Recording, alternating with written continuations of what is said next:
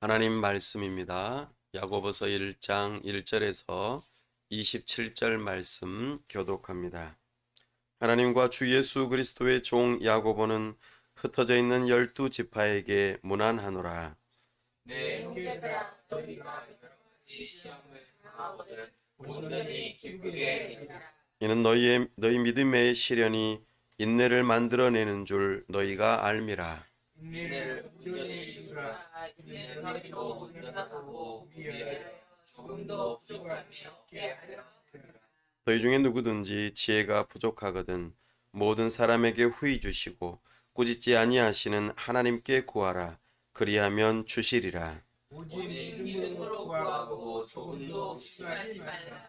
의심하는 자는 마치 바람에 밀려 유동하는 바다 물결 같으니 이런 사람은 무엇이든지 주께 얻기를 생각하지 말라. 그 마음을 품어 모든 일에 정함이 없는 자로다. 낮은 형제는 자기의 높음을 자랑하고 부한 자는 자기의 낮아짐을 자랑할지니 이는 그가 풀의 꽃과 같이 지나감이라. 해가 떴고 뜨거운 바람이 불어 풀을 말리며 꽃이 떨어져 그 모양의 아름다움이 없어지나니 부한 자도 그 행하는 일에 이와 같이 세상하리라.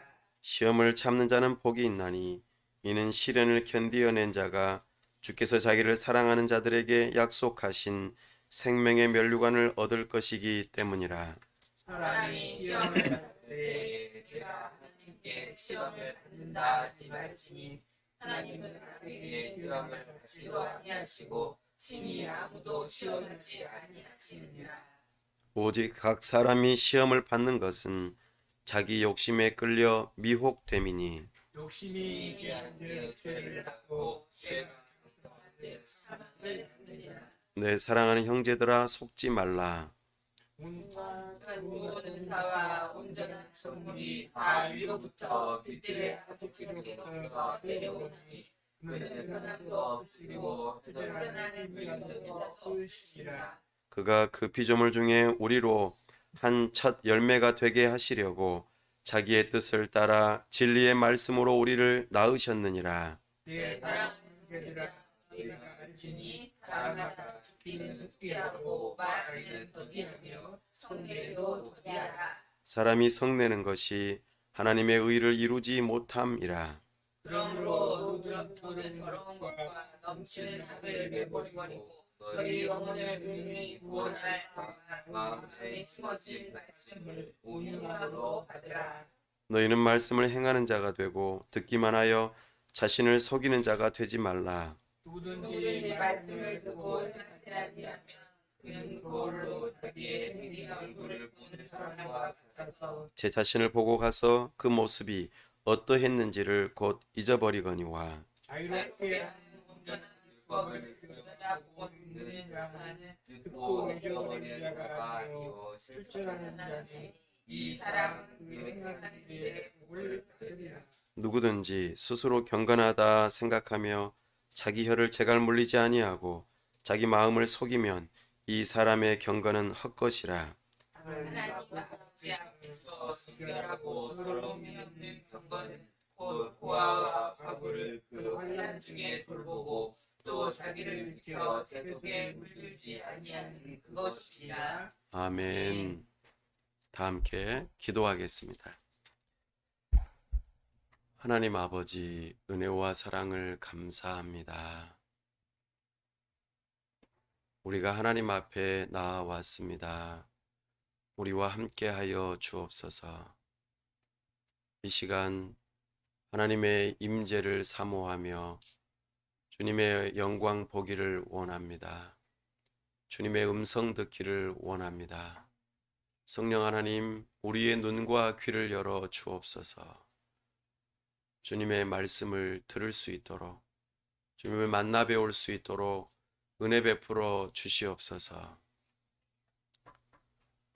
하나님의 계획 가운데 교회를 세우시되 참으로 우리 교회를 통하여 하나님의 나라를 이루시고자 여기까지 인도하심을 믿습니다.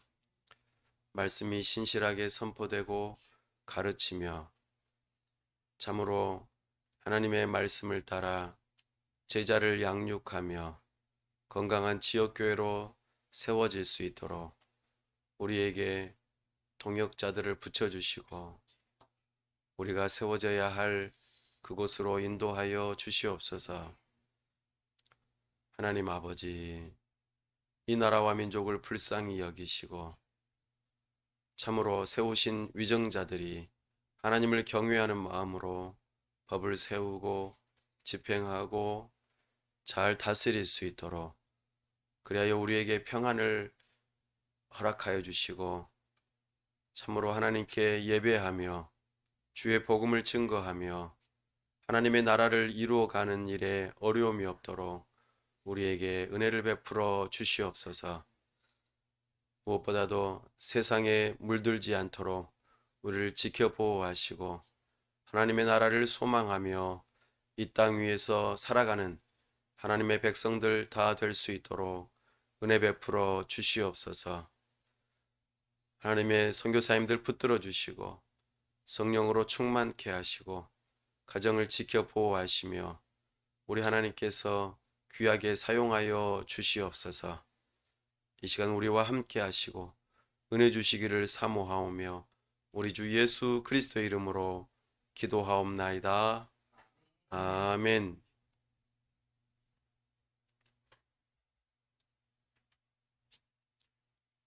걸어서 성경 속으로 성경여행 68번째 시간입니다. 오늘은 야고보서를 중심으로 교회시대 16번째 이야기를 함께 이어갑니다.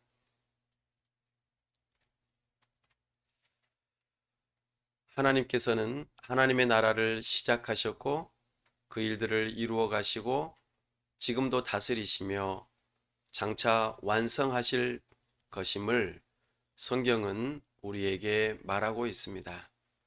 그래서 성경을 읽으면 하나님 나라의 역사를 알 수 있습니다. 하나님이 어떤 분이신지 또 하나님께서 무슨 일을 행하셨는지 참으로 그래서 우리가 누구이고 어떻게 살아야 하는지 부활 믿고 순종해야 하는지 이와 같은 내용들을 밝히 알 수 있습니다. 그러니 우리는 성경을 읽어야 합니다. 특별히 우리에게 오늘 주어진 야고보서, 이 야고보서를 통하여 하나님께서 어떻게 새 언약으로 다스리시고 하나님의 나라를 이루어 가시는지, 특별히 교회를 통하여 하나님의 나라가 어떻게 확장되어지고 세워져 가는지 이것을 살펴볼 수 있기를 바랍니다.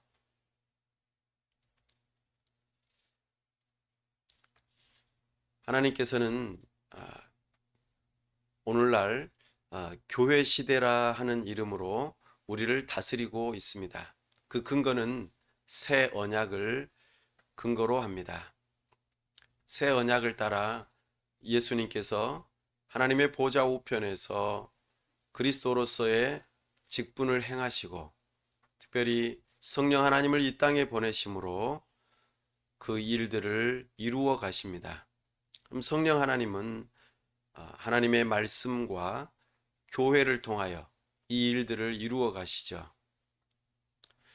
이 하나님의 말씀, 놀라운 이 성경을 우리가 듣고 읽음으로 참으로 영혼이 거듭나 새로워지고 하나님 나라의 백성이 되어지게 하는 이 놀라운 새 언약을 따라 교회 시대가 펼쳐지고 있습니다. 과거 야고보가 사역하던 그 시대에도 동일합니다. 그래서 우리는 야고보 시대와 더불어 오늘날 우리가 살아가고 있는 이 시대를 동일하게 교회 시대라 그렇게 말하고 있습니다. 자, 그렇다면 야고보서가 어떠한 성경인지 함께 살펴볼 수 있기를 바랍니다. 야고보서, 벌써 저자의 이름이 떠오르는 것을 우리가 발견합니다. 야고보, 야코프, 야곱. 다시 말해서 우리가 가장 그 흔하게 사용되어지는 이름 가운데 하나인 야곱이라고 하는 이 이름이 신약 시대의 야코보라고 하는 식으로 헬라어로 발음이 되어졌습니다. 그래서 저자는 야고보인 것을 우리가 알 수 있습니다. 야고보라고 하는 이름은 매우 흔했습니다. 성경에서도 그 이름이 신약 성경에서 3번 나오죠. 첫 번째는 예수님의 제자들 중에 세베대의 아들 야고보, 두 번째는 알페오의 아들 야고보, 이렇게 소개하고 있습니다. 그러나 이 성경의 저자는 두 사람이 아닙니다. 그러면 누구일까요? 예수님의 동생입니다. 마가복음 6장 3절에서는 예수님의 동생들이 소개되고 있습니다. 예수님이 첫째이니까 나머지 동생들이겠죠. 근데 남자 아이들은 4명이 소개가 됩니다. 이름이 구체적으로. 근데 여자 아이들의 이름은 소개가 안 되고 있습니다. 그러나 여동생들이 최소 2명 이상은 되는 것 같습니다. 합하면은 예수님의 동생이 6명이에요. 최소. 그러면은 그 가족은 7명, 마리아의 자녀들은 7명이고 가족이 적어도 9명은 되겠죠. 굉장히 대가족인 것을 발견합니다. 그 중에서도 이 예수님의 동생 중에 한 사람인 야고보가 이 성경을 기록하였습니다. 왜 그러한가? 세베대의 아들 야고보는 사도행전 2장에 보면은 먼저 순교를 당합니다. 그래서 이 예수님의 제자가 기록했다는 것을 생각해 볼 수가 없습니다. 그리고 두 번째로 또 사도행전 15장에 야고보가 또 나옵니다. 그러면은 사도행전 12장에서 죽은 야고보가 아직 살아있는 것이 아니고 또 다른 야고보라는 걸 알 수 있죠. 그 야고보가 바로 이 야고보서를 기록한 야고보입니다. 예루살렘 교회의 지도자로 베드로와 요한과 같이 굉장히 중요한 지도자로 그렇게 인정받은 자입니다. 근데 이 야고보는 예수님의 동생으로서 언제부터 신앙을 가지게 되었을까요? 고린도전서 15장 7절에 보면은 예수님께서 친동생인 야고보에게 나타나셨다 하는 내용이 보입니다. 그러니까 예수님의 동생인 이 야고보는 부활하신 예수님을 보고 비로소 주님이라고 고백하게 된 것이죠. 그 전까지는 형이라고 말했는데 형 하다가 이제는 뭐가 됐습니까? 주님이 된 것이죠. 가족을 하나님으로 그렇게 인정한다는 것은 쉬운 일이 아니겠죠. 계속 어렸을 때부터 봐왔고 또 그렇게 함께 지냈던 사람인데 어느 순간에 하나님이 된다는 것은 말이 안 되겠죠. 근데 그것을 인정할 정도라면 부활하신 예수님을 만나야만 가능한 것이죠. 우리는 마찬가지입니다. 예수님을 어떤 예수님으로 알고 있느냐? 부활하신 예수님, 하나님의 아들로서 그렇게 인정하고 믿을 때에 우리는 예수님을 주님이라고 비로소 고백할 수 있습니다. 사도 바울이 갈라디아서에서 예루살렘 교회의 지도자로 야고보를 지목하고 있습니다. 그래서 우리는 갈라디아서도 읽어보면 야고보에 대한 언급이 나타납니다. 이렇게 성경 안에서 내적인 증거로 야고보가 이 성경의 저자임을 말하여 주고 있고, 외적인 증거로 초대교회 역사가인 헤게시포스가 야고보를 의인 야고보라고 역사적으로 기록하고 있습니다.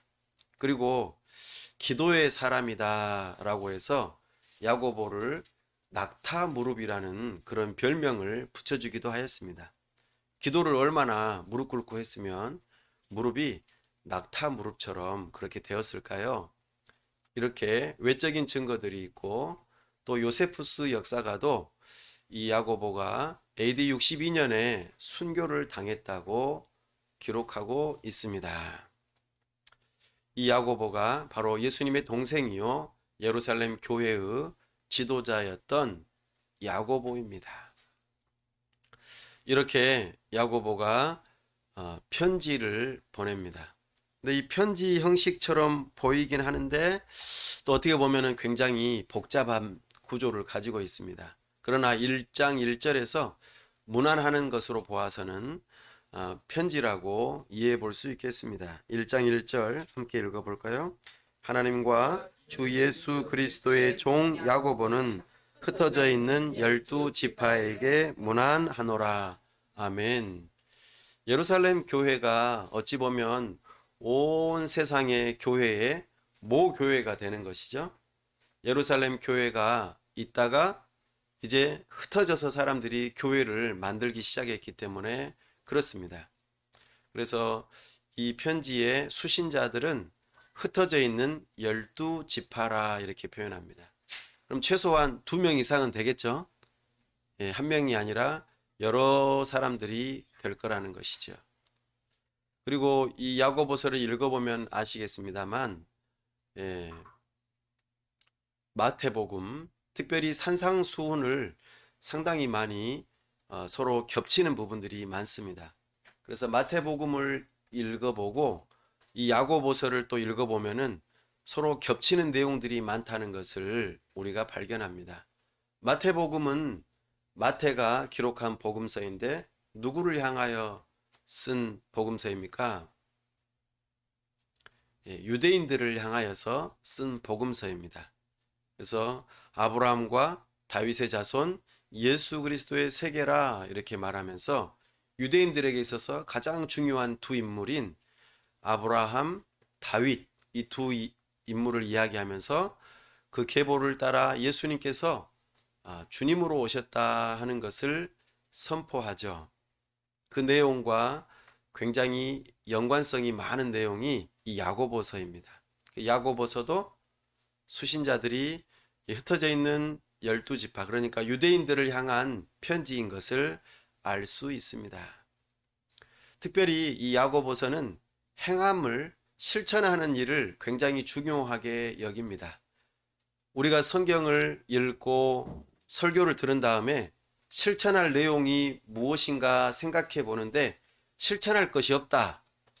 이 말은 내 믿음이 나는 듣는 것으로만 만족하겠다. 이런 것과 아주 비슷합니다. 그러나 이 야고보서는 믿음은 들음으로 사람이 의인이 되는 것은 사실이다. 그러나 그 의인이 믿음이 있는지 없는지를 증명하는 것은 선한 행실로 증명하는 것이다. 그러니 우리가 설교를 듣고 성경을 읽으면 반드시 무엇을 해야 하냐면 실천할 것을 찾아야 되는 거예요. 실천할 것이 저는 없어요 라고 말을 하는 것은 저는 믿음이 없어요 라고 말하는 것과 같은 것이지요. 그러니까 우리는 꼭 믿음으로 분명히 의인이 되는 것은 사실이지만 그 의인으로서 나는 증명해 보이는 그 일이 한 가지 있다면 선한 행실을 하는 것이다. 실천할 일이 무엇인지를 찾는 것이죠. 이것이 야고보서의 중요한 특징입니다. 그래서 마치 로마서에서는 사람이 어떻게 의인이 된다고 그랬습니까? 오직 의인은 믿음으로 말미암아 살리라 이랬잖아요. 그래서 사람들이 로마서의 말씀과 야고보서의 말씀이 서로 충돌된다. 그래서 종교개혁가였던 마틴 루터는 야고보서는 지푸라기 복음서다 이렇게 표현하면서 별로 중요하게 여기지 않았어요. 왜냐하면 실천을 해야지만이 그 사람이 의인인 것을 참된 믿음인 것을 확인할 수 있다 이렇게 말하니까 믿음으로 의인이 되는 것이 되시지 실천으로 의인이 되는 것이 아니다 이렇게 하면서 굉장히 중요하게 여기지 않았습니다. 그러나 결코 서로 충돌되지 않습니다. 로마서의 말씀에서도 사람이 믿음으로 의인이 되지만 반드시 믿어 순종한다고 말하고 있습니다. 야고보서는 그 믿음으로 의인이 된다라는 것을 이미 전제로 하고 의인이 된 자라면 반드시 그의 믿음을 증명해 보여야 하는데 그것이 하나님의 말씀에 순종하는 것입니다 라고 말하고 있습니다. 이것이 야고보서의 중요한 특징입니다. 자, 그렇다면 야고보서를 하나님 나라의 관점으로 살펴볼 때 먼저 구조와 주제를 살펴보아야겠네요. 야고보서는 어떤 구조를 가지고 있고 무엇을 말하고자 하는가? 첫 번째 우리가 읽었던 것처럼 안부 인사를 하죠. 무난합니다. 누가 누구에게 썼는지 이야기해 주죠. 그리고 5장 19절에서 20절에는 마지막 인사를 하면서 편지가 마무리되고요. 그리고 가운데 야고보가 특별히 말하고자 하는 바가 무엇인가? 핵심이 되는 것이 있다면은 바로 온전함이라고 하는 단어와 온전, 그리고 믿음이라고 하는 단어, 그리고 행함이라고 하는 단어입니다. 온전함, 행함, 믿음, 이 세 개의 단어가 중요하게 나타납니다. 그래서 1장 2절에서부터 11절까지는 온전함을 이루는 믿음이 있는데, 믿음이 있는데 믿음도 어떻게 된다고요?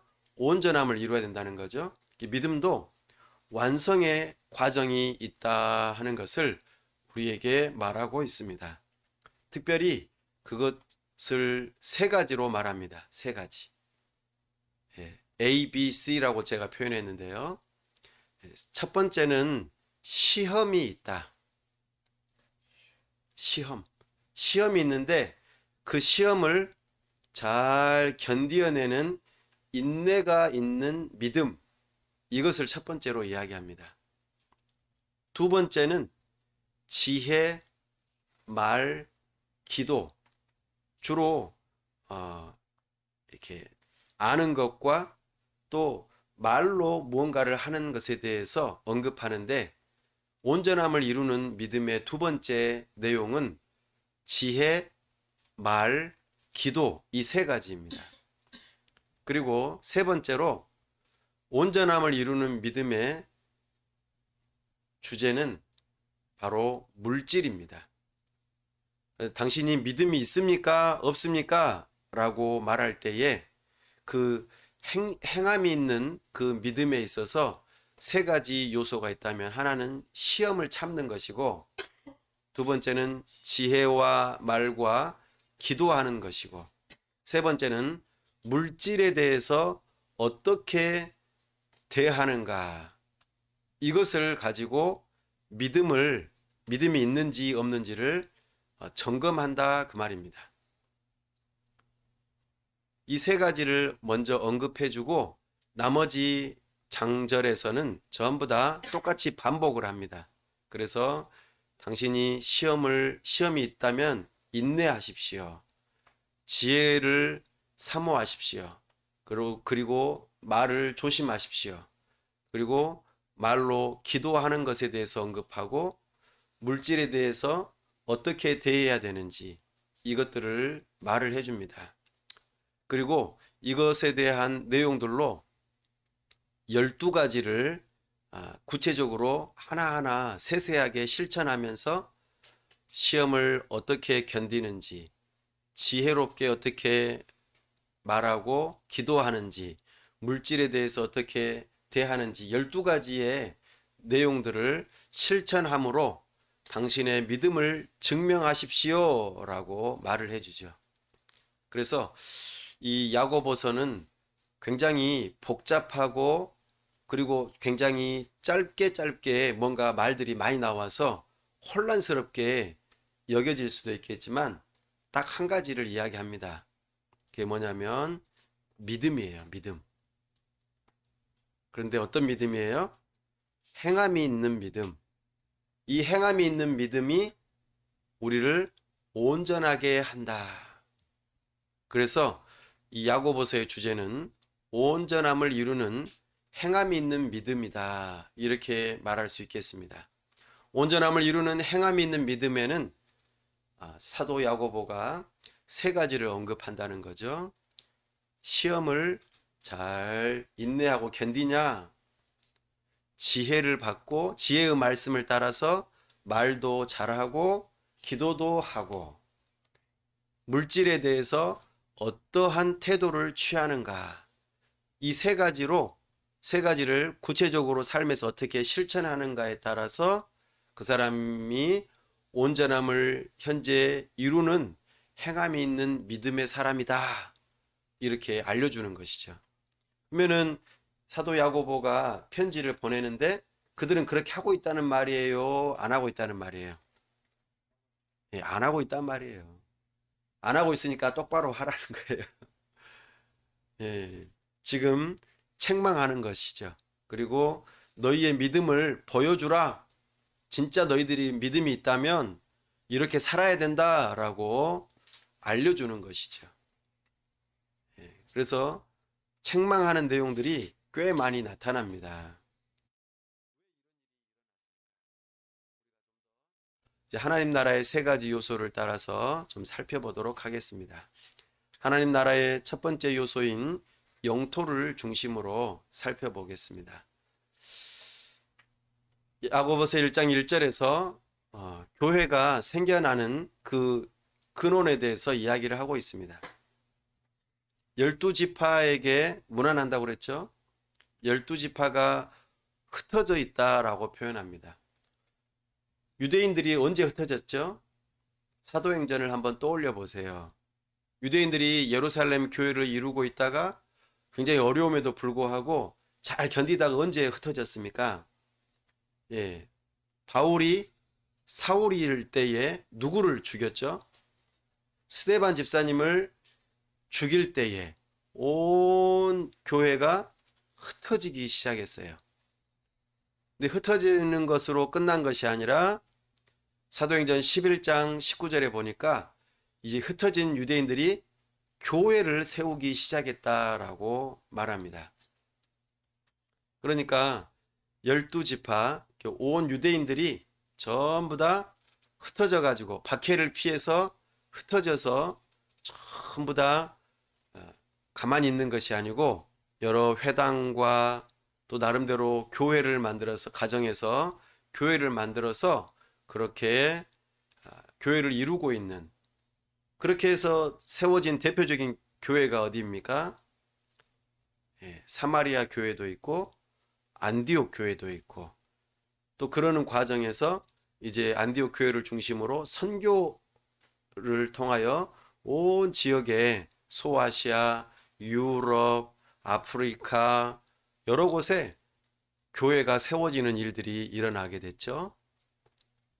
이런 배경 하에서 지금 야고보가 편지를 보내는 내용입니다.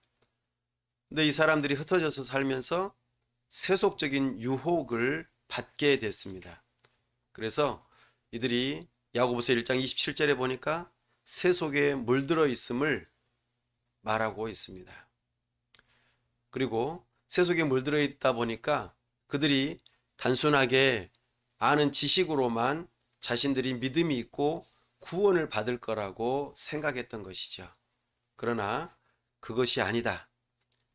믿음은, 참된 믿음은 지식과 더불어 그 지식을 따라서 우리가 누구를 믿어야 하는지 그것을 알 뿐만 아니라 그분을 의지해야 한다고 말하고, 나아가 그분의 말씀에 따라 순종해야 한다고 이야기하고 있습니다. 이것이 참된 믿음이다. 이렇게 야고보서 2장 14절에서 26절 말씀에서 그렇게 권면하고 있습니다. 이들은 세속에 물들어 있어서 교회가 점점 병들어가고 있었어요. 예를 들면 차별이 심했어요. 차별. 금가락지를 끼고 비단 옷을 입고 오는 사람들을 높은 자리, 좋은 자리에 앉으라고 했어요. 그리고 허름한 옷을 입고 영향력이 없고 가난한 사람들은 아무데나 앉든지 말든지 알아서 하라고 신경도 안 썼어요. 이런 것들이 예루살렘 교회를 지키고 있는 사도 야고보에게 지금 들려온 것이죠. 이런 차별이 곳곳에 나타났습니다.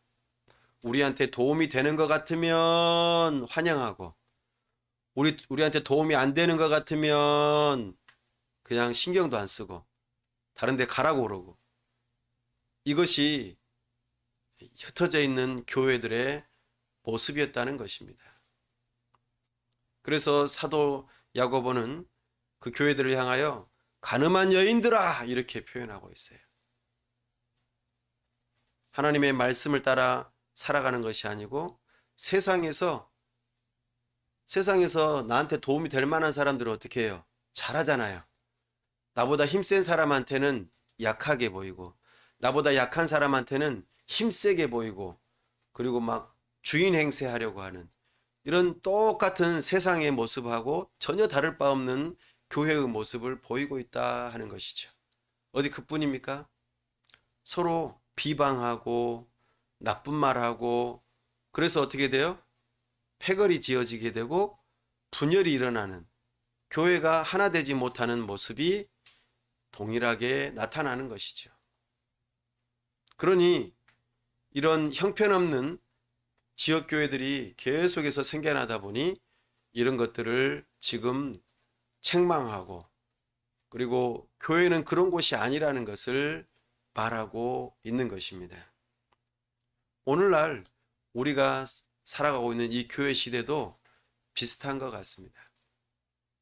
교회에서 돈이 많거나 사회적으로 지위가 높거나 영향력이 있는 사람들은 교회에서 환영하고 그들에게 직분을 빨리 주고 그래서 교회가 빨리 성장할 수 있도록 그렇게 노력하는 모습들이 곳곳에서 보입니다.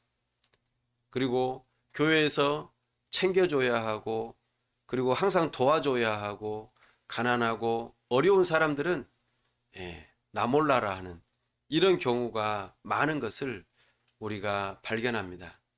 물론 다 그러지는 않겠지만 이런 모습들이 암암리에 말은 하지 않아도 그런 것들이 다 있다는 것이죠. 그래서 우리는 주의해야 합니다. 교회가 사람을 차별하거나 또 서로 비방하거나 그렇게 분열하는 모습들로 나타나서는 안 된다는 것이죠. 하나님 나라의 두 번째 요소인 백성에 해당되는 내용입니다. 야고보는 교회를 향하여 이렇게 말합니다. 하나님의 온전하심처럼 너희도 온전하라. 이것은 마태복음 5장 48절에 있는 말씀이죠. 야고보서 1장 4절에서도 동일하게 말하고 있습니다. 1장 4절 말씀 함께 읽어볼까요? 시작. 인내를 온전히 이루라. 이는 너희로 온전하고 구비하여 조금도 부족함이 없게 하려 함이라. 아멘. 이 온전함이라고 하는 단어가 반복적으로 나타납니다. 온전해져라. 하나님의 온전하심처럼 너희도 온전해져라. 우리가 믿는 믿음의 대상이 누구예요? 하나님이시잖아요. 예수님을 주님으로 믿지 않습니까? 하나님은 온전하신 분이십니다. 그러니까 완전하신 분이시죠. 그분처럼 우리도 그분을 닮아가야 하는 것이죠. 그러니까 여기서 사도 야고보가 교회를 향하여서 너희도 온전한 믿음을 가지고 살아가라 그렇게 명령하고 있습니다. 그 온전함을 이루는 세 가지 요소가 있다고 말씀드렸죠. 첫 번째가 무엇입니까? 시험 그리고 인내이죠. 그게 이제 2절에서 4절에서 나오는 내용입니다. 2절부터 4절까지 우리 2절 한번 읽어볼까요? 시작. 내 형제들아 너희가 여러 가지 시험을 당하거든 온전히 기쁘게 여기라. 아멘. 시험이라고 하는 것이 우리를 온전하게 하는 중요한 요소라는 거죠. 우리의 믿음을요. 시험을 그래서 어떻게 여겨야 된다고요? 기쁘게 여겨야 된대요. 여러분들 시험 보는 거 좋아하십니까? 시험 보는 거 싫어하시죠? 예. 그러나 시험을 본다라는 것은 무엇을 의미하냐면 내가 어느 정도의 실력이 있는지를 확인하는 자리이기 때문에 비록 싫지만 그것을 통하여 나의 수준, 나의 실력을 확인하기 때문에 우리는 시험을 종종 봐야 합니다. 우리의 삶의 여정 가운데에서도 내가 감당하기 어려운 시험들이 가끔씩 찾아오곤 합니다. 육체적인 질병일 수도 있고요. 경제적인 어려움일 수도 있고 또는 인간관계의 어려움일 수도 있습니다. 여러 가지 시험이 있다 말합니다. 그러나 우리 하나님께서는 우리가 감당할 만한 시험을 허락하십니다. 그러니 시험을 어떻게 여겨야 됩니까? 기쁘게 여겨야 합니다. 시험은 나쁜 것이 아니에요. 시험은 좋은 것이다. 그러나 힘들죠? 예. 욥이 경험했던 시험 혹시 기억나십니까? 사람이 겪을 수 있는 최고의 시험입니다. 우리에게도 또 사람들마다 각각의 다른 시험들이 찾아올 것입니다. 오늘 나에게 찾아온 시험은 무엇입니까? 그 시험을 여러분들은 기쁘게 여기십니까? 하나님께서 주시는 것이라고 여긴다면 기쁘게 여기시기 바랍니다. 왜 그럴까요? 왜 이 시험이 우리로 하여금 기쁨을 줄까요?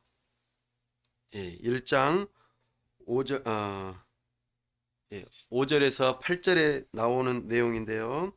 일단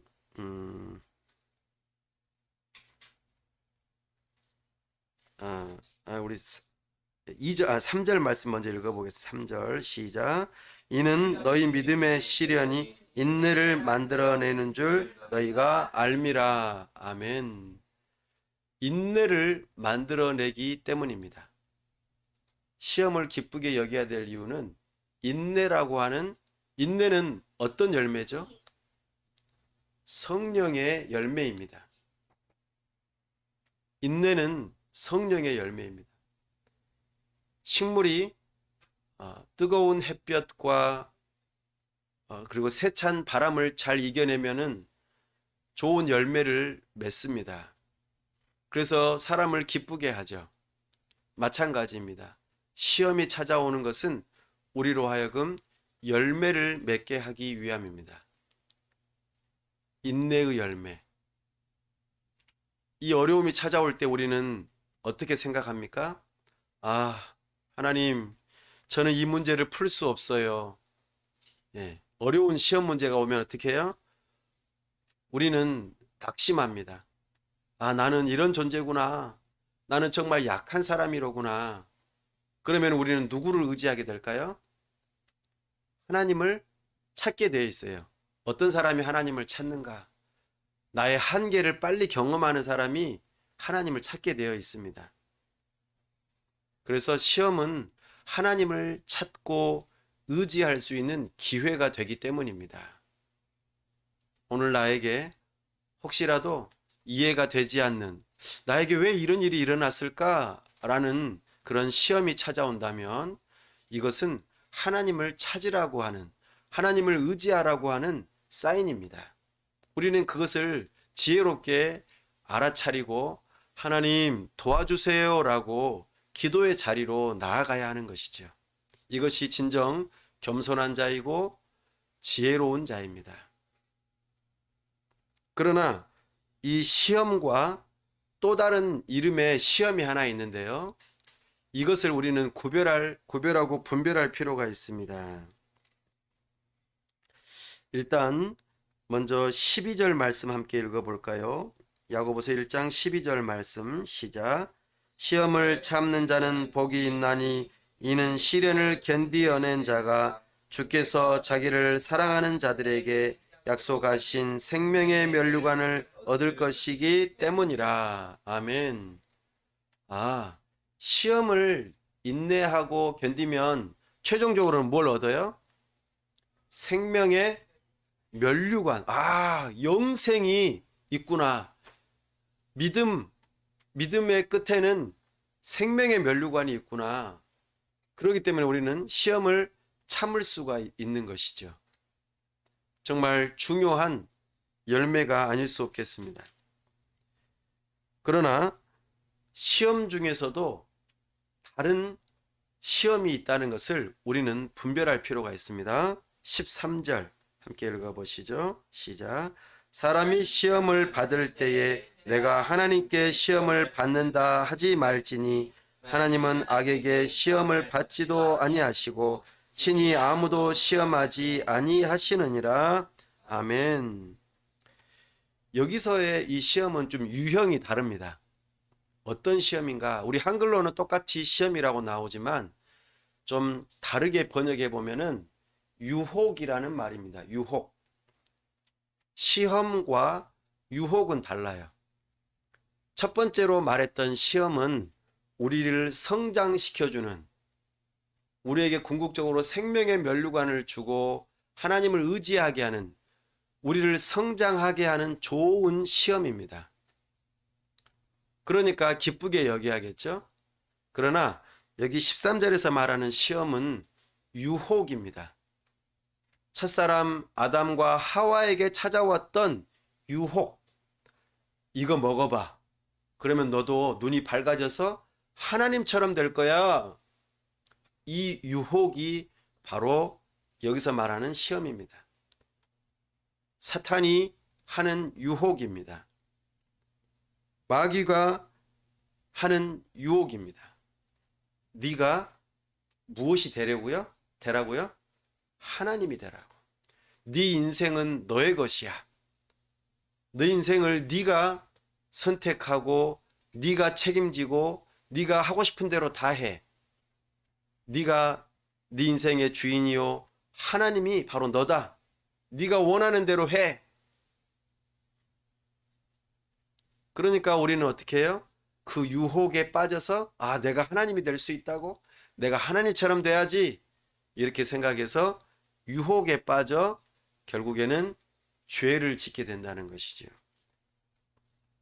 14절 시작. 오직 각 사람이 시험을 받는 것은 자기 욕심에 끌려 미혹됨이니. 아멘. 여기서 이 유혹에 빠지는 이유는 바로 자기 욕심에 끌린다. 내가 하나님이 되고자 하는 것이죠. 내 뜻대로 뭔가를 해보겠다는 것이죠. 그래서 그 유명한 말씀이 나오는 것입니다. 15절. 욕심이 잉태한 즉 죄를 낳고 죄가 장성한 즉 사망을 낳느니라. 아멘. 첫사람 아담과 하와가 이랬어요. 그의 후손들인 우리도 이렇게 되어집니다. 오늘 분별하십시오. 나는 유혹에 빠져 있지는 않은가? 내 욕심에 이끌려서 죄에 빠져 있지는 않은지. 그로 인해서 힘들고 어렵다면 어서 돌이키십시오. 그리고 하나님께서 나를 성장시키기 위한 시험이 있다면 기쁘게 여기십시오. 그리고 하나님께 의지하십시오. 생명의 면류관, 인내의 성령의 열매를 맺게 하십니다. 이것이 하나님의 온전하심을 따라 온전함을 이루는 참된 믿음을 증명하는 첫 번째 요소입니다. 두 번째 요소는 이렇습니다. 1장 5절로 가보겠습니다. 1장 5절 읽어보겠습니다. 시작. 너희 중에 누구든지 지혜가 부족하거든 모든 사람에게 후히 주시고 꾸짖지 아니하시는 하나님께 구하라. 그리하면 주시리라. 아멘. 사랑하는 여러분, 우리는 지혜를 주시는 하나님께 구해야 합니다. 이것이 온전함을 이루는 행함이 있는 믿음의 두 번째 요소입니다. 지혜. 지혜는 지혜의 근원이 누구라고요? 하나님. 어디서 많이 들었던 말씀이죠. 어디서 들으셨어요? 지식의 근본은 하나님을 경외하는 것이다 하면서 잠언에서 말씀하고 있죠. 네. 사랑하는 여러분, 하나님께서 주시는 지혜는 바로 하나님을 경외하는 것입니다. 하나님을 믿는 믿음도 가질 뿐만 아니라 하나님을 사랑하고 하나님을 두려워하는 것이죠. 여기서는 공포의 대상이 아니라 하나님의 그 권위를 인정하라 그 말입니다. 그 지혜를 하나님께 구하래요. 하나님 앞에서 장차 내가 하는 말과 행동들이 심판받을 것이다. 이런 생각을 가지고 하나님 앞에 지혜를 구하는 거예요. 이것은 세상을 살아가는 처세수라고는 구별됩니다. 하나님의 말씀을 들어야만 우리는 지혜가 생겨요. 그러니까 후히 주시고 꾸짖지 아니하시는 하나님께 구하면, 하나님의 약속의 말씀을 붙들고 기도할 때에 하나님께서는 지혜를 주세요. 이 지혜를 우리는 구해야 합니다.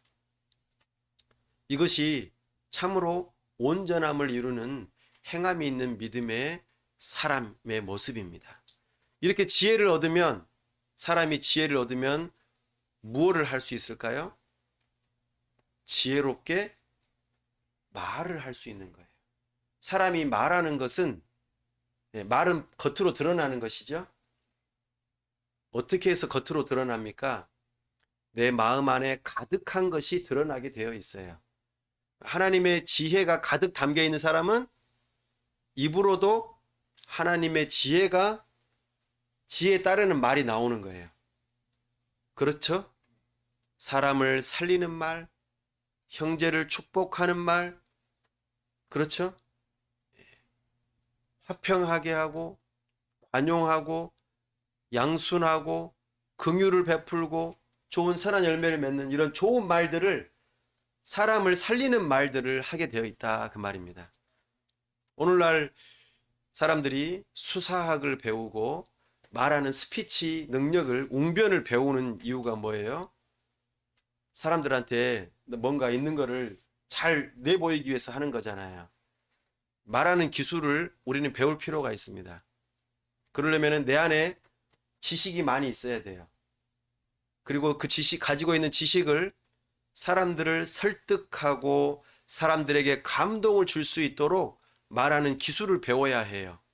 그러나 그것보다도 더 중요한 것이 있는데, 내 안에 하나님께서 주시는 그 지혜를 가득 마음속에 담아두면 우리는 그 지혜에 합당한 말을 할 수 있는 것입니다. 그래서 이 사도 야고보는 이 말에 대해서, 지혜에 따르는 말에 대해서 이야기를 해주고 있습니다. 우리 야고보서 1장 19절로 가볼까요? 야고보서 1장 19절 시작. 내 사랑하는 형제들아, 너희가 알지니 사람마다 듣기는 속히 하고 말하기는 더디하며 성내기도 더디하라. 아멘. 벌써 하나님의 말씀을 들으면 지혜가 생기는데, 말하는 것보다도 뭘 먼저 하라고요? 듣기를 먼저 잘하래요. 듣기를 잘해야지 말을 잘할 수가 있어요. 제대로 안 들으면 말도 실수하게 되어 있습니다. 상대방이 무슨 말을 하는지 첫 번째 말만 듣고 그 다음 말은 안 들어버리면 오해를 하게 되어 있고, 또 내가 듣고 싶은 말만 듣다 보면 어떻게 돼요? 그 사람이 말하고자 하는 말을 무슨 말인지 못 알아들어요. 그러면은 마음이 상하고, 또 나도 기분이 나쁘니까 내 입에서 나쁜 말이 나오게 되어 있어요. 그러면 서로 싸우게 되어 있겠죠? 그러니 우리는 말하기 전에 뭐를 해야 된다고요? 잘 들어야 돼요. 첫 번째는 하나님의 말씀을 잘 들으십시오. 두 번째는 상대방이 하는 말을 잘 들으십시오. 잘 들어야 돼요. 그리고 내가 이해한 바대로 상대방에게 이 말이 맞냐고 물어봐야 돼요. 이렇게 말하는 것이 맞냐? 내가 확실하지 않으면. 그래야지만이 확실하게 알고 그것에 대해서 답변을 할 수 있는 것입니다. 이것을 기억하고 우리는 잘 듣고 말도 잘 해야 할 것입니다. 예. 잘못하면 어떻게 된다고요? 성낸다고요. 화낸다고요. 화를 내면은 무엇을 이루지 못해요? 하나님의 의를 이루지 못해요. 예. 관계가 나빠지게 되어 있어요. 싸우게 되어 있는 것이죠. 이것이 3장에서도 연결되는 말씀입니다. 3장 1절로 가볼까요? 3장 1절, 2절 한번 3절까지 읽어볼까요? 시작. 내 형제들아 너희는 선생된 우리가 더 큰 심판을 받을 줄 알고 선생이 많이 되지 말라. 우리가 다 실수가 많으니 만일 말에 실수가 없는 자라면 곧 온전한 사람이라. 능히 온 몸도 굴레 씌우리라. 우리가 말들의 입에 재갈을 물리는 것은 우리에게 순종하게 하려고 그 온몸을 제어하는 것이라. 아멘. 말 조심하라고 그러죠. 예, 가르치는 사람은 말로 먹고 살잖아요. 말로 살든지 죽든지 하잖아요. 말 한마디가 천냥빚을 갚기도 한다고 그러죠. 그만큼 말이 중요해요. 실수가 많기 때문이죠. 근데 말을 잘하면 어떤 사람이 된다고요? 온전한 사람이에요. 지금 온전하라고 그러잖아요. 온전함을 이루는 행함이 있는 믿음을 이야기하는데 그때 중요한 게 말이라는 거예요. 지혜를 듣고 지혜의 말씀을 따라 말을 해야지만이 이렇게 온전한 사람이 될 수 있다. 달리는 말을 잘 제어하려면 재갈을 물려야 되죠. 이쪽으로 가라 저쪽으로 가라 하려면은 말로 해서 말로 해서는 말을 안 들어요. 어려운 표현이네요. 끈을 잡아 당겨야 돼. 그리고 큰 배도 좌우로 왔다 갔다 하려면 어떻게 해야 돼요? 키가 있어야 돼요. 키로 살짝 돌려야지만이 이게 노가 왔다 갔다 하면서 배가 방향이 조정이 돼요. 엄청나게 큰 배도 작은 키로 조절할 수 있다는 거죠. 그것처럼 우리가 말을 조심해야 됩니다. 3장 6절 한번 읽어보시겠어요? 3장 6절 시작. 혀는 곧 불이요 불의의 세계라. 혀는 우리 지체 중에서 온몸을 더럽히고 삶의 수레바퀴를 불사르나니 그 사르는 것이 지옥불에서 나느니라. 이 세치의 혀라고 그러죠. 세치. 한 치도 아니고 두 치도 아니고 세치. 길이가 세치래요. 이 혀가 사람을 살리기도 하고 죽이기도 한다는 거예요. 지옥불과도 같다고 표현합니다. 얼마나 큰 영향력입니까? 말하는 것은 온전함을 증명해 보이는, 온전한 그 행함이 있는 믿음을 증명해 보이는 중요한 어떤 요소예요. 그러니까 지혜로운 하나님의 말씀을 듣고 상대방의 말을 잘 듣고 그 다음에 뭘 해야 돼요? 말을 절제하면서 지혜롭게 해야 돼요. 그래서 잠언의 기자가 뭐라고 그랬어요? 잠언의 기자가 내 입술을, 또 시편 기자가 뭐라고 했어요? 내 입술에 제어할 수 있는 힘을 달라고. 우리는 그래서 지퍼를 이렇게 잘 잠궈야 돼요. 꼭 필요할 때 열어야 돼요. 그죠?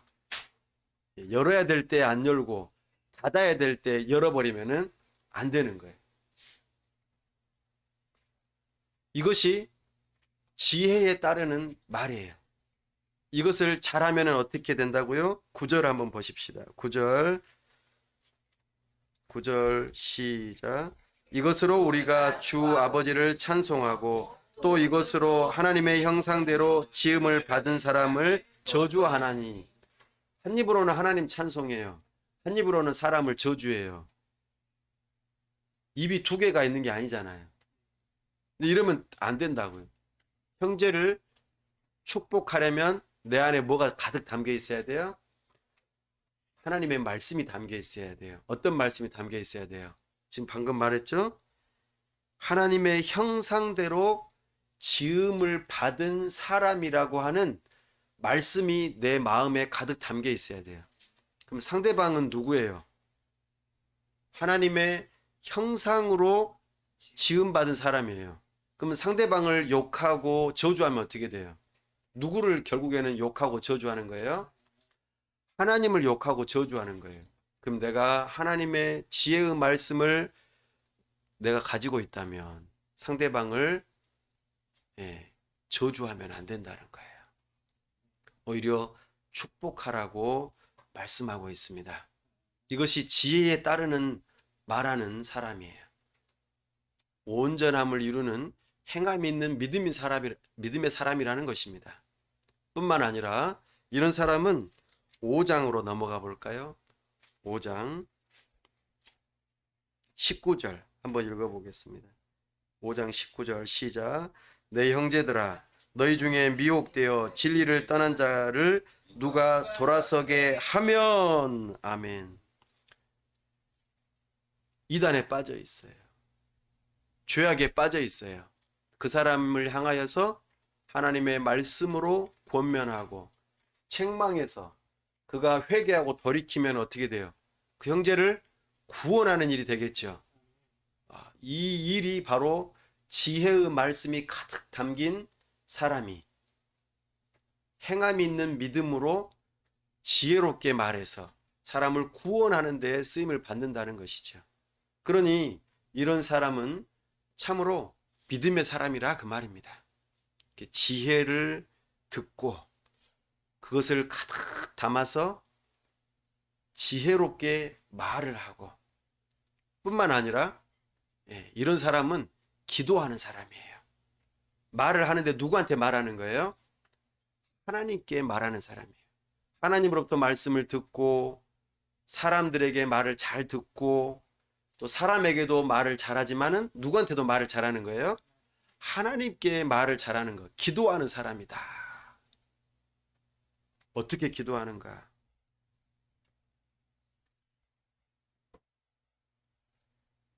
말씀의 근거에서 기도하는 사람이에요. 내가 하고 싶은 대로 기도하는 것이 아니고 말씀의 근거에서 하나님께 기도하는 사람이에요. 5장 12절 말씀 함께 볼까요? 5장 12절 시작. 내 형제들아 무엇보다도 맹세하지 말지니 하늘로나 땅으로나 아무 다른 것으로도 맹세하지 말고 오직 너희가 그렇다고 생각하는 것은 그렇다 하고 아니라고 생각하는 것은 아니라 하여 정죄 받음을 면하라. 아멘. 이것은 기도하고는 조금 차원이 다를 수 있겠지만 하나님의 말씀에 근거해서 진리다, 옳다라고 여기면 우리는 어떻게 해야 돼요? 예스 해야 돼요. 아니라고 하면 하나님 말씀에서 아니야 멈춰 그러면 어떻게 해야 돼요? 우리는 노 그래야 돼요. 아니라고. 그래서 우리는 교회 안에서 회의를 할 때 가하면 예 하시고 부하면 아니요라고 하십시오라고 할 때에 제대로 대답해야 되는 거예요. 그죠? 예든지 아니오든지 대답을 잘해야 되는 겁니다. 중간은 없어요. 생각해 봅시다.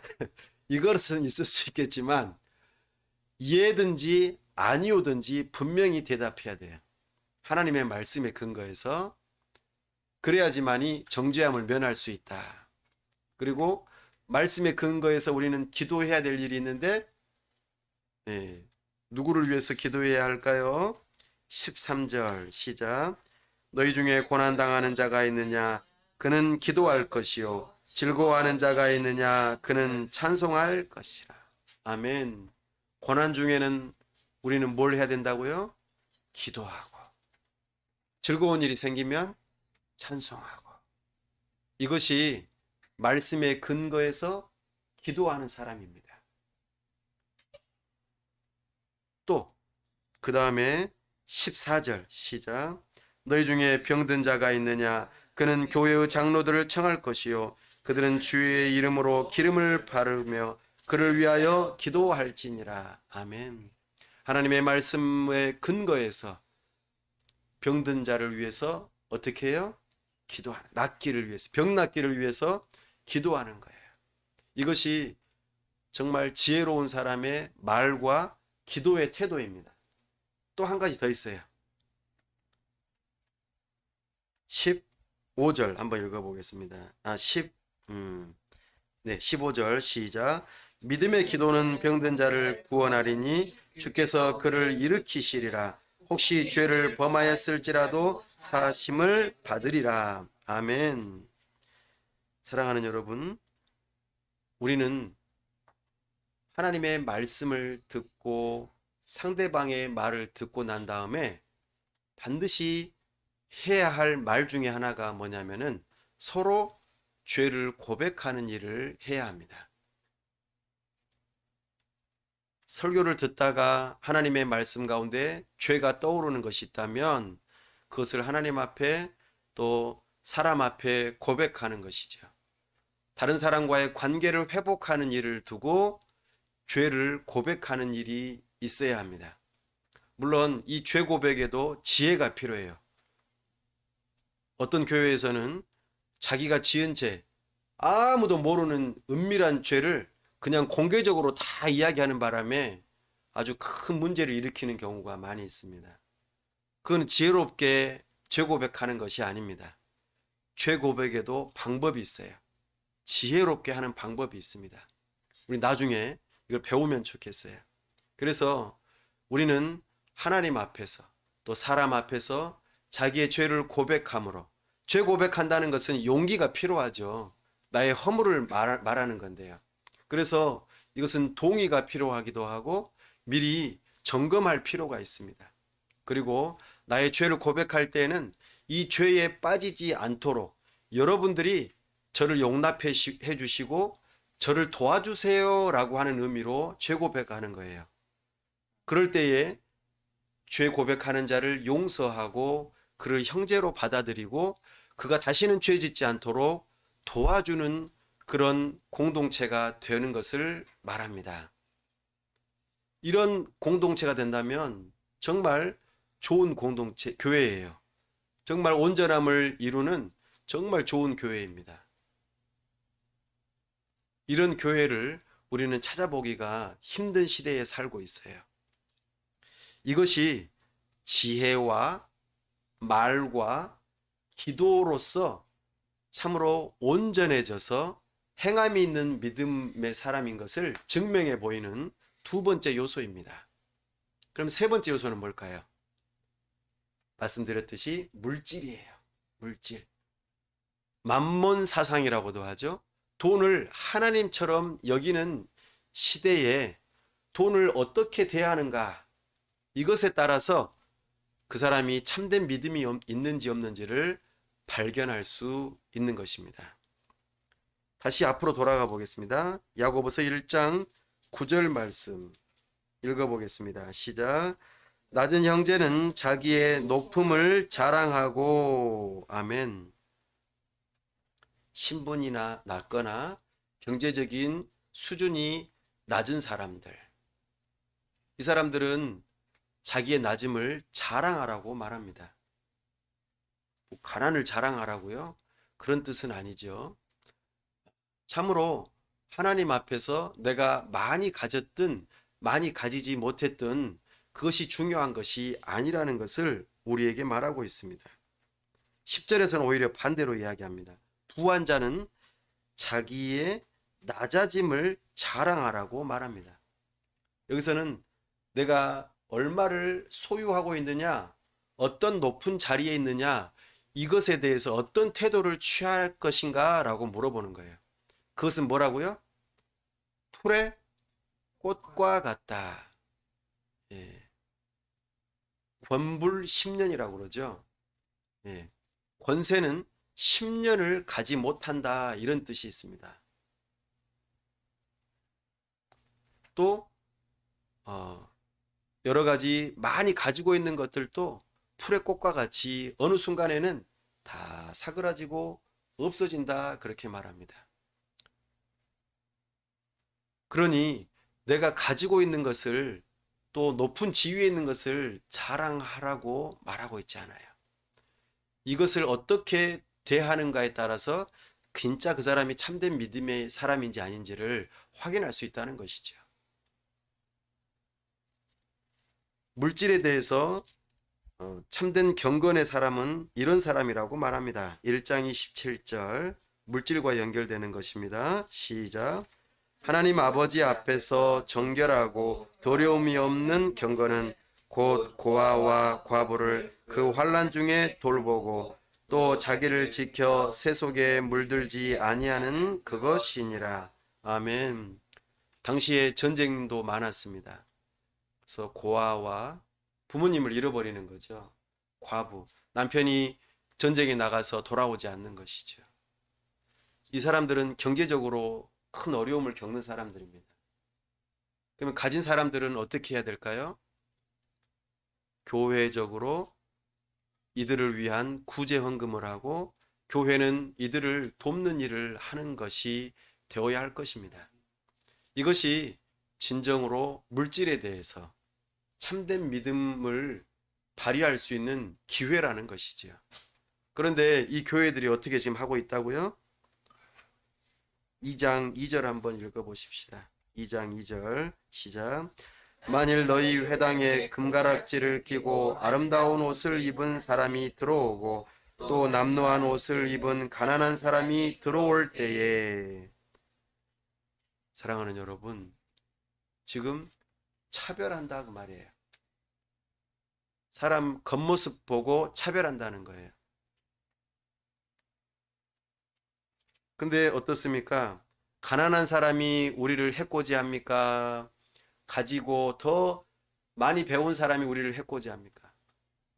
예, 가지고 더 많이 가지고 있고 가진 사람이 더 한다고 그러죠.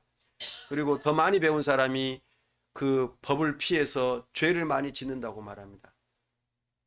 우리를 법정에 고소하는 거예요.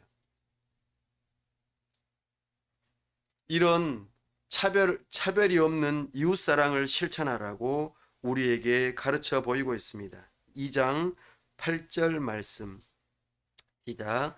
너희가 만일 성경에 기록된 대로 내 이웃 사랑하기를 내 몸과 같이 하라 하신 최고의 법을 지키면 잘하는 것이거니와. 아멘. 이것이 차별 없는 이웃사랑입니다. 물질과 연결되는 행함이 있는 온전한 믿음인 것이죠. 이런 사람들은 구제를 잘하게 되어 있어요. 그렇죠? 예. 14절 한번 읽어볼까요? 14절 시작. 내 형제들아 만일 사람이 믿음이 있노라 하고 행함이 없으면 무슨 유익이 있으리요? 그 믿음이 능히 자기를 구원하겠느냐? 아멘. 행함이 있는 믿음이 필요하다는 거죠. 이것이 온전한 믿음이라고 말합니다. 근데 어떤 믿음이냐? 구제하는 믿음이래요. 구제. 지금 15절 6절을 한번 읽어보십시다. 15절 6절 시작. 만일 형제나 자매가 헐벗고 일용할 양식이 없는데 너희 중에 누구든지 그에게 이르되 평안히 가라, 덥게 하라, 배부르게 하라 하며 그 몸에 쓸 것을 주지 아니하면 무슨 유익이 있으리요? 아멘. 아이고 춥겠다. 아이고 배고프겠다. 안녕. 잘 가. 이러면 안 된다는 거예요. 추우면 어떻게 해야 돼요? 따뜻하게 해줘야 되고, 배고프면 먹을 거를 줘야 된다는 그 말이에요. 어려운 게 아니잖아요. 그죠? 근데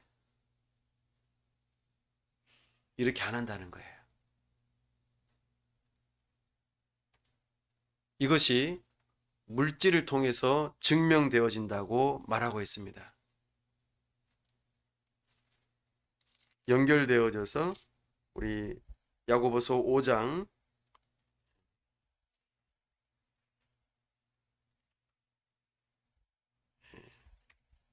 16절, 17절, 17절, 18절 한번 읽어보겠습니다. 시작. 엘리야는 우리와 성정이 같은 사람이로되 그가 비가 오지 않기를 간절히 기도한즉 3년 6개월 동안 땅에 비가 오지 아니하고 다시 기도하니 하늘이 비를 주고 땅이 열매를 맺었느니라. 아멘.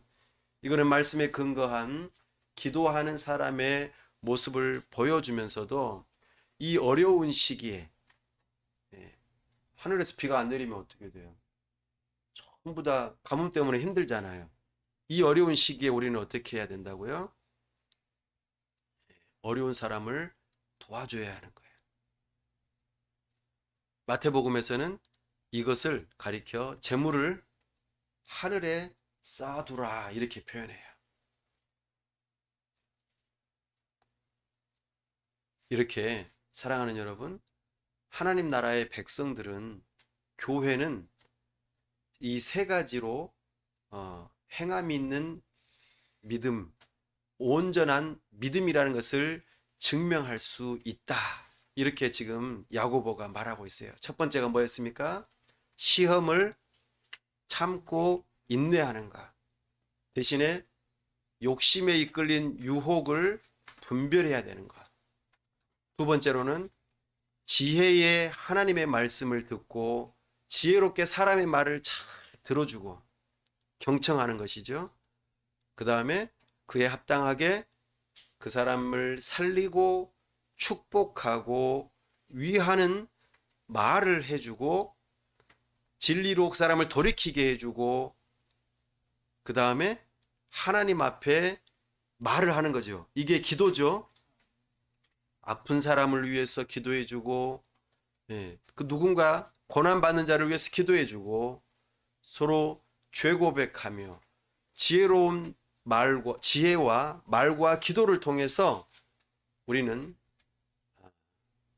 행함이 있는 믿음, 온전한 믿음이 있는 자인 것을 우리는 증명해 보이라고 들었습니다. 세 번째는요, 물질입니다. 물질로 우리는 하나님의 온전한 같이 우리도 온전한 믿음이 있는지, 행함이 있는 믿음이 있는지를 점검해 보라고 말씀하고 있습니다. 여러분들은 어떠세요? 이런 믿음이 있으십니까? 스스로 돌이켜 보십시오. 이런 것들을 실천하고 있습니까? 하나님 나라의 세 번째 요소인 주권을 살펴보면 사람은 육체의 욕심을 따라 죄를 짓게 되고 결국에는 사망에 이르게 되어 있다고 말씀하고 있습니다.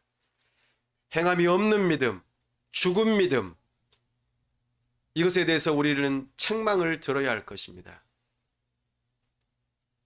그러나 우리 주님께서 우리에게 생명의 말씀으로 거듭나게 하는 사람이라면 우리는 하나님의 말씀을 듣고 지혜가 생겨 지혜롭게 말을 하고 기도하며 하나님의 말씀을 붙들고 끝까지 견고하게 시험을 견디고 이겨낼 뿐만 아니라 물질에 대해서도 우리는 그 유혹에 빠지지 않고 충분히 넉넉히 이겨낼 수 있는 믿음의 사람이 되어 하나님을 사랑하고 이웃을 사랑하는 참된 믿음의 사람이 될 수 있다고 말씀하십니다. 야고보서 1장 18절 말씀 읽어보겠습니다. 시작. 그가 그 피조물 중에 우리로 한 첫 열매가 되게 하시려고 자기의 뜻을 따라 진리의 말씀으로 우리를 낳으셨느니라. 아멘. 우리는 진리의 말씀을 들어야 합니다.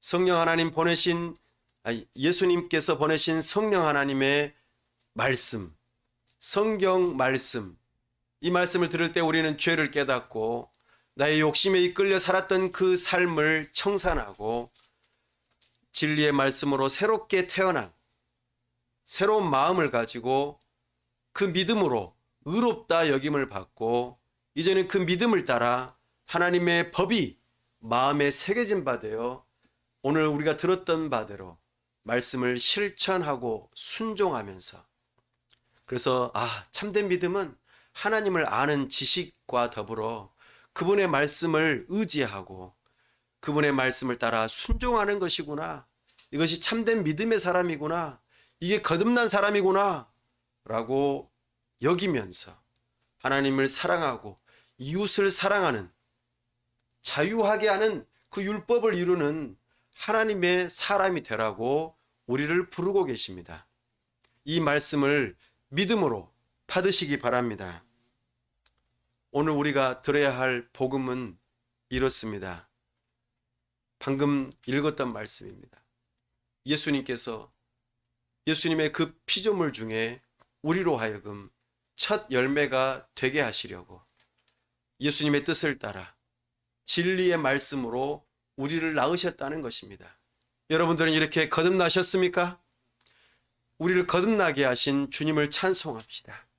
우리를 새롭게 하시고 참된 믿음의 사람이요 온전한 하나님을 닮은 사람으로 새롭게 하시는 주님을 찬송합시다. 말씀을 정리합니다. 야고보서는 온전함을 이루는 행함이 있는 믿음을 말하고 있습니다. 믿음의 대상이신 하나님과 그분의 말씀을 믿으십시오. 하나님의 말씀이신 예수 그리스도로 말미암아 거듭나십시오. 우리는 새 속에 물든 신앙으로 참된 신앙에서 점점점 희석되어져 가고 있습니다. 그때에 우리는 이 야고보의 말씀을 듣고 우리는 각성하시기를 바랍니다. 우리는 믿음을 증명해 보여야 합니다. 첫 번째로 시험과 인내를 통하여, 두 번째로 지혜와 말과 기도로, 세 번째로 물질을 통하여 우리의 믿음을 증명해 보여야 합니다. 그리고 이 세 가지의 범주를 따라 구체적으로 12가지로 행하라고 말하고 있는 그 모든 내용들을 하나하나 살펴보고 실천하고 순종하면서 우리의 믿음을 증명하는 하나님의 사람들이 다 될 수 있기를 간절히 바랍니다. 이 시간 주님의 말씀으로 아직 거듭나지 않은 사람이 있다면 하나님의 말씀으로 거듭나게 해달라고 기도하십시오.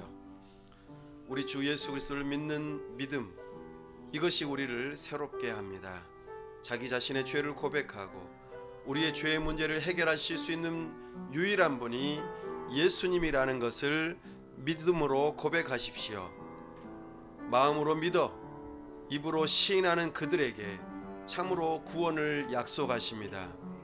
뿐만 아니라 참으로 우리의 믿음의 대상이신 그 하나님을 믿는 믿음과 더불어 참으로 그분의 말씀을 믿고 의지하고 순종하는 자에게 참된 믿음이요 온전한 믿음이라고 인정해 주십니다. 우리의 믿음을 증명할 수 있게 해달라고, 특별히 하나님께서 지혜를 주신 세 가지의 범주를 따라 시험을 인내하게 하여 주옵소서, 유혹에 빠지지 않게 하여 주시옵소서.